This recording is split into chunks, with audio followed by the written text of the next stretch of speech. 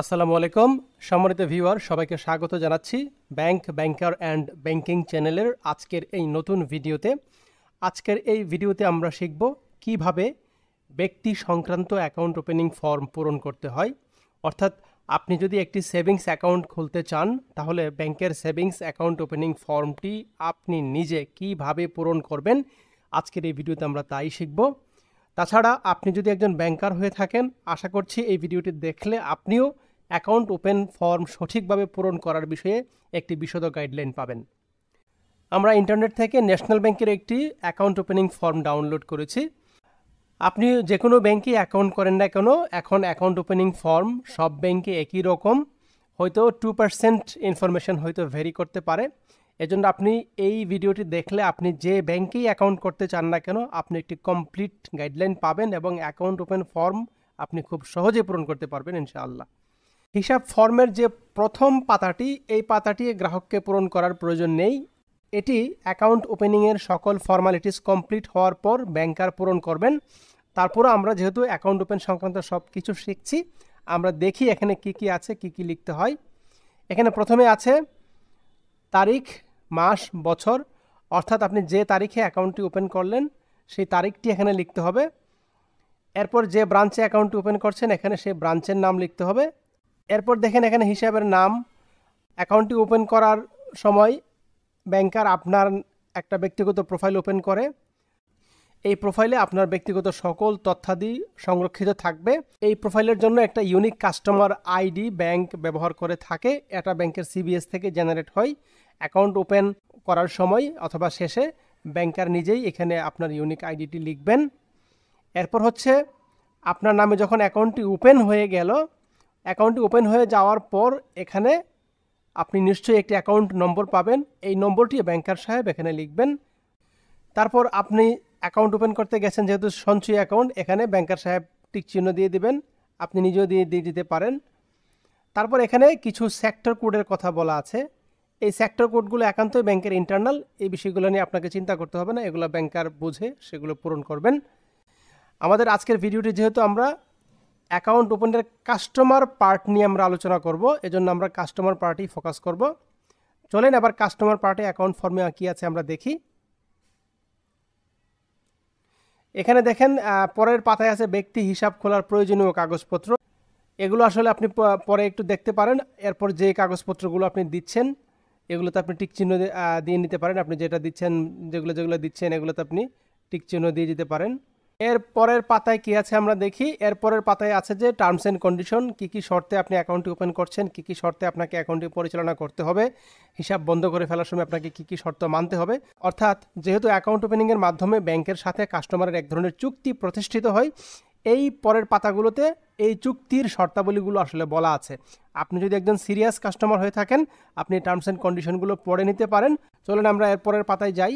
এরপরের পাতাতেও terms and কন্ডিশনের continuation.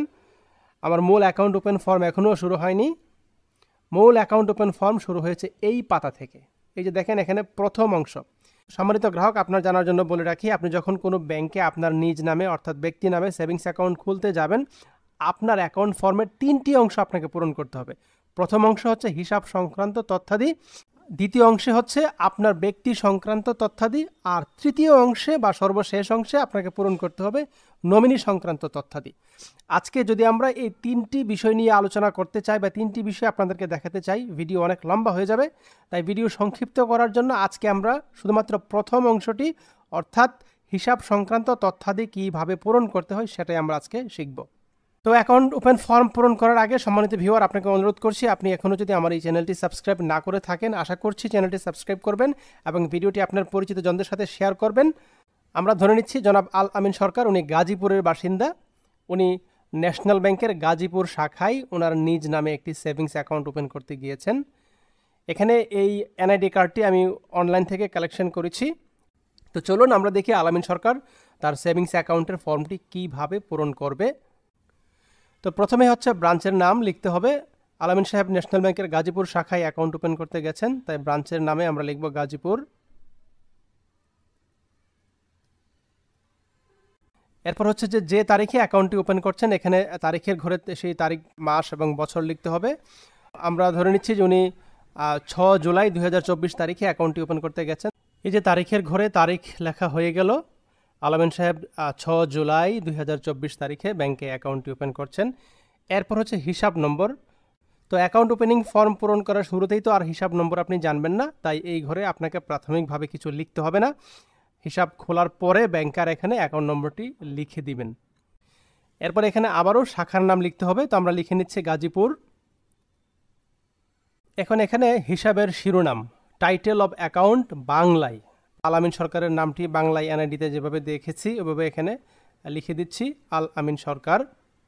তারপর ইন ইংলিশ এবং বলা আছে ব্লক লেটার, তাহলে এই দ্বিতীয় বক্সে আল আমিন সরকারের নামটি ইংলিশে লিখতে হবে এবং সেটা ব্লক লেটারে অর্থাৎ ক্যাপিটাল লেটারে লিখতে হবে। তাহলে আমরা এখানে ক্যাপিটাল লেটারে আল আমিন সরকারের নাম লিখে দিচ্ছি।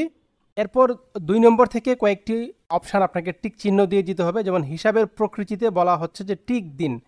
যা আমরা অলরেডি বলেছি যে আল আমিন সরকার সেভিংস অ্যাকাউন্ট অর্থাৎ সঞ্চয়ী অ্যাকাউন্ট ওপেন করতে ব্যাংকে গেছেন, সেজন্য তার এটা কোন ধরনের হিসাব এখানে আপনি টিক চিহ্ন দিয়ে দিবেন। এখানে অন্যান্য অপশানও আছে, চলতি আছে, এসএনডি আছে।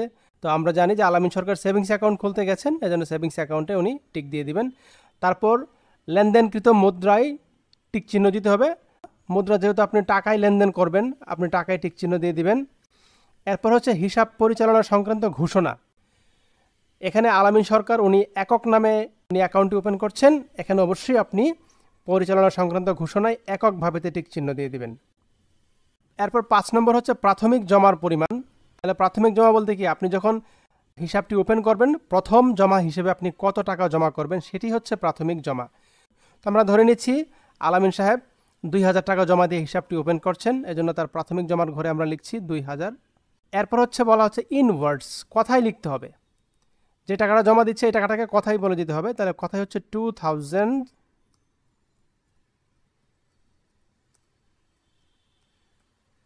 তাহলে কথায় লিখে দিলাম 2000 অনলি। এখন হচ্ছে 6 নম্বরে হিসাবটি খোলার উদ্দেশ্য। হিসাব খোলার উদ্দেশ্য কি, সাধারণত মানুষ ব্যাংকে টাকা সেভিংস করার জন্যই হিসাব ওপেন করে, তো আপনি নর্মালি সেভিংস লিখে দিলেও হবে, কিন্তু আরও কিছু বিশেষ ধরনের উদ্দেশ্য থাকতে পারে। যেমন ধরেন এমন যদি হয় যে আল আমিন সাহেব কোনো একটি কোম্পানিতে জবে জয়েন করেছেন এবং ওই কোম্পানির নিয়ম হচ্ছে তারা তাদের এমপ্লয়িকে ক্যাশে কোনো স্যালারি দেয় না, তারা ব্যাংক অ্যাকাউন্টে স্যালারি জমা করে, তাহলে তখন আপনি এখানে লিখে দিতে পারেন যে স্যালারি ডিপোজিট। এখন 7 নম্বরে বলা আছে অন্যান্য ব্যাংকিং সুবিধা। আমি বা আমরা নিম্নোক্ত ব্যাংকিং সেবা ব্যাংকের নিয়ম অনুযায়ী গ্রহণ করতে ইচ্ছুক। এখানে ব্যাংকের আধুনিক বা মডার্ন সার্ভিসগুলোর কথা বলা আছে, যেমন আপনি এসএমএস সেবা গ্রহণ করতে চান কিনা, এখানে অবশ্যই আপনি বলবেন যে হ্যাঁ গ্রহণ করতে চান। যদি আপনি এসএমএস সেবা গ্রহণ করতে না চান তাহলে দেখা যাবে যে আপনার ট্রানজ্যাকশনের পরে আপনি কোনো এসএমএস পাবেন না, টাকা আপনার অ্যাকাউন্ট থেকে উত্তোলন করার পরেও কোনো মেসেজ পাবেন না, জমার পরেও কোনো মেসেজ পাবেন না। এছাড়াও ব্যাংক জুন মাসে এবং ডিসেম্বর মাসে কাস্টমারকে মেসেজ দিয়ে অ্যাকাউন্টের ব্যালেন্সটা কনফার্ম করে, যদি আপনি এই সার্ভিসটা না নেন তাহলে কিন্তু আপনি ওই সেবাগুলো পাবেন না।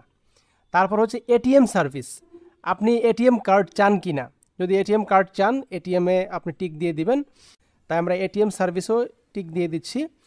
এরপর ইন্টারনেট ব্যাংকিং, অনেক ব্যাংকের এখন মোবাইল অ্যাপস আছে, আপনি ঘরে বসেই কিন্তু ব্যাংকিংটা করতে পারেন। সো এত বড় একটা চমৎকার সুবিধা আপনি কেন নেবেন না। আপনি যদি অ্যাপসের মাধ্যমে লেনদেন করতে চান আপনাকে ইন্টারনেট ব্যাংকিং অপশানটাকেও টিক দিয়ে দিতে হবে। এর বাইরেও যদি আপনি আরও কোনো সুবিধা ব্যাংকের থেকে থাকে সেগুলো যদি নিতে চান তাহলে এখানে সেগুলো লিখে দিবেন। এখন 8 নম্বরে দেখেন নমুনা স্বাক্ষর কার্ড। এখানে আপনার অ্যাকাউন্টটি আপনি যে স্বাক্ষরে পরিচালনা করবেন এবং চেকের মধ্যে আপনি যেভাবে সই করবেন তার ডিক্লারেশন দিতে হবে। তাহলে এখানে কি বলা আছে, স্বাক্ষরকারীর পূর্ণ নাম, আবারও এখানে আপনার পূর্ণ নামটি আপনি দিয়ে দিবেন। আমরা আল আমিন সরকার যেহেতু আমাদের এখন অ্যাকাউন্ট ওপেন করছে, আল আমিন সরকারের নামটি দিয়ে দিলাম। তারপর নমুনা স্বাক্ষর। নমুনা স্বাক্ষর আমরা বলেছি যে স্বাক্ষরে আপনি অ্যাকাউন্টটি পরিচালনা করবেন সেই স্বাক্ষরটি এখানে দিতে হবে। তো আমরা আল আমিন সরকারের স্বাক্ষরটি দিয়ে দিচ্ছি এখানে। তো এখানে আল আমিন সরকার স্বাক্ষর করেছে। এখানে আল আমিন সরকার আমরা দেখতে পাচ্ছি যে এনআইডিতে যেভাবে স্বাক্ষর করেছেন এখানে উনি একইভাবে স্বাক্ষর করেছেন। এটা আপনার ইচ্ছা, আপনি এনআইডিতে যেভাবে স্বাক্ষর করেছেন এভাবেই যে স্বাক্ষর করতে হবে বিষয়টা এরকম না। আপনি আপনার সুবিধা মতে যে কোনোভাবেই স্বাক্ষর করতে পারেন।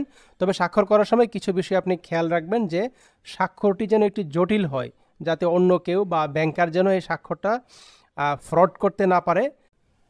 আরও কিছু বিষয় মনে রাখতে হবে, অনেকে স্বাক্ষর করার সময় তার পূর্ণ নাম লিখে, আপনিও চাইলে পূর্ণ নাম লিখে স্বাক্ষর করতে পারেন, কোনো সমস্যা নাই।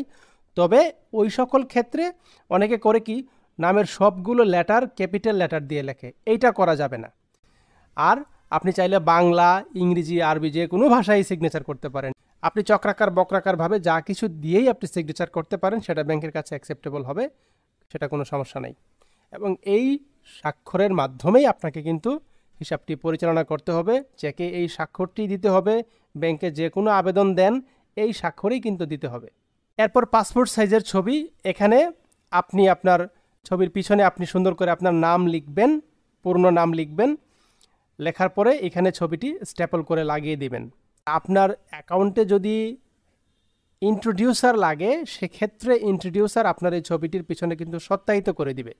তবে ইন্ট্রোডিউসার সম্পর্কে বলে রাখি, আপনি যদি এনআইডি দিয়ে ব্যাংকে অ্যাকাউন্ট করেন তাহলে কিন্তু কোনো ইন্ট্রোডিউসারের প্রয়োজন নাই। যদি এনআইডি ছাড়া আপনি ব্যাংকে অ্যাকাউন্ট করেন, সেক্ষেত্রে আপনাকে ইন্ট্রোডিউসার লাগবে এবং ওই সকল ক্ষেত্রেই আপনার ছবির পিছনে ইন্ট্রোডিউসার ছবিটি সত্যায়িত করে দিতে হবে। এরপর দেখেন প্রথম অংশের সর্বশেষে যেটা আছে সেটা হচ্ছে বিশেষ নির্দেশনা যদি থাকে, that is special instruction if any. এইটা সাধারণত জয়েন্ট অ্যাকাউন্ট অথবা প্রাতিষ্ঠানিক অ্যাকাউন্টের ক্ষেত্রে প্রযোজ্য। আপনি যেহেতু একজন ব্যক্তি আপনার নিজ নামে অ্যাকাউন্ট ওপেন করেছেন, এখানে বিশেষ নির্দেশনার আসলে কোনো প্রয়োজন নাই। জয়েন্ট অ্যাকাউন্টের ক্ষেত্রে বিশেষ নির্দেশনা প্রয়োজন হয়, যেমন 3 জনের নামে যদি অ্যাকাউন্ট ওপেন করেন, আপনি তখন এখানে বলে দিতে পারেন যে 3 জনের মধ্যে যে কোনো 2 জনের স্বাক্ষরে অ্যাকাউন্ট পরিচালিত হবে। অথবা আপনি যদি কোনো প্রাতিষ্ঠানিক অ্যাকাউন্ট করেন, যেমন আপনি একটা পার্টনারশিপ ফার্ম অথবা ধরি আপনি একটা কোম্পানির নামে অ্যাকাউন্ট ওপেন করেছেন, সেক্ষেত্রে আপনি ধরেন কোম্পানির 10 জন পরিচালক আছে, তো 10 জন পরিচালক নিশ্চয়ই চেকে স্বাক্ষর করবে না বা 10 জন পরিচালক অ্যাকাউন্টটি অপারেট করবে না। ওই সকল ক্ষেত্রে আপনি হয়তো আপনার কোম্পানির রেজলিউশন অনুযায়ী, memorandum of article and association অনুযায়ী আপনি হয়তো বলবেন যে কোম্পানির চেয়ারম্যান এবং এমডির স্বাক্ষরে হিসাবটি পরিচালিত হবে। তো এরকম কোনো স্পেশাল নির্দেশনা ব্যাংকারকে দিতে চাইলে আপনি এখানে সেটা লিখে দিবেন। ব্যক্তির একার নামে কোনো অ্যাকাউন্ট করলে এরকম কোনো নির্দেশনার প্রয়োজন নাই। তো কিছু যেহেতু লিখতে হবে না, একদম খালি না রেখে আপনি এখানে নীল লিখে দিতে পারেন। তো সম্মানিত ভিউয়ার, দেখেন আপনার ব্যক্তি সংক্রান্ত অ্যাকাউন্ট ওপেন ফর্মের প্রথম অংশ কিন্তু আমরা সুন্দরভাবে পূরণ করে ফেলেছি। এরপরে কিন্তু দ্বিতীয় অংশ ব্যক্তি সংক্রান্ত তথ্যাদি, এটি আমরা পরের ভিডিওতে ইনশাল্লাহ শিখব। দেখেন আমরা কিন্তু হিসাব সংক্রান্ত তথ্যাদি কিন্তু সুন্দরভাবে পূরণ করে ফেলেছি। প্রথমে ব্রাঞ্চের নাম, যে তারিখে অ্যাকাউন্টটি ওপেন হয়েছে সেই তারিখ দিলাম, তারপর এখানে হিসাবের নম্বর, এটি শেষে ব্যাংকার পূরণ করে দিবেন। এরপর ব্রাঞ্চের নাম, এরপর হিসাবের শিরোনাম বাংলায়, হিসাবের শিরোনাম ইংলিশে, তারপর হিসাবটি কোন ধরনের সেখানে টিক দিলাম, তারপর যে মুদ্রায় লেনদেন হবে, আমরা জানি আমরা বাংলাদেশের মুদ্রা হচ্ছে টাকা, এই জন্য আমরা টাকায় টিক চিহ্ন দিয়ে দিলাম। এরপর হিসাব পরিচালনা সংক্রান্ত ঘোষণা, এককভাবে নাকি যৌথভাবে, যেহেতু এটি একজন ব্যক্তির নামে অ্যাকাউন্ট, তাই অবশ্যই এককভাবে আপনি সিলেক্ট করে দিবেন। তারপর অ্যাকাউন্ট খোলার দিন আমি প্রথম জমা হিসেবে কত টাকা দিব, যে টাকা জমা দিই সে টাকা আমি এখানে লিখে দিব। এখানে আমি 2000 টাকা জমা দেখিয়েছি, তাহলে কথাও এখানে 2000 টাকা লিখে দিতে হবে। হিসাবটি কী কারণে খুলছি, তারপর ব্যাংকের অন্যান্য যে মডার্ন ফ্যাসিলিটিগুলো আছে, এই ফ্যাসিলিটিগুলোর মধ্যে থেকে আপনি কোনগুলো অ্যাভেল করতে চান, আমরা এখানে সবগুলি টিক দিয়ে দিয়েছি। তারপর স্বাক্ষর অংশে আপনার নিজের নামটা লিখে দিতে হবে, আপনার ছবিটা এখানেই থাকবে এবং যে স্বাক্ষরে আপনি অ্যাকাউন্ট পরিচালনা করবেন, চেকে যে স্বাক্ষর দিবেন সেই স্বাক্ষরটা এখানে দিয়ে দিবেন। স্বাক্ষরের ক্ষেত্রে কিছু সতর্কতা আমরা বলেছি, সেটা রিপিট করতে চাই না। আর সর্বশেষে এই প্রথম অংশের সর্বশেষে আছে বিশেষ নির্দেশনা, এখানে ব্যক্তি সংক্রান্ত অ্যাকাউন্টে কিছু লেখার দরকার নেই, আপনি নীল দিয়ে দিবেন। তো রেসপেক্টেড ভিউয়ার, এতক্ষণ ধৈর্য এবং মনোযোগ সহকারে ভিডিওটি দেখার জন্য আপনাকে ধন্যবাদ জানাচ্ছি। আশা করছি আমার এই ভিডিওটি ব্যাংকিং লিটারেসি বাড়াতে সহায়তা করবে, তাই আপনি নিজে এই ভিডিওটি দেখার পাশাপাশি ব্যাংকিং লিটারেসিতে আমাদের জাতিকে অগ্রসর করতে এই ভিডিওটি আপনি শেয়ার করে ছড়িয়ে দিন। আর পরবর্তী ভিডিও পর্যন্ত আমাদের সাথেই থাকুন। Till then, take care. আসসালামু আলাইকুম।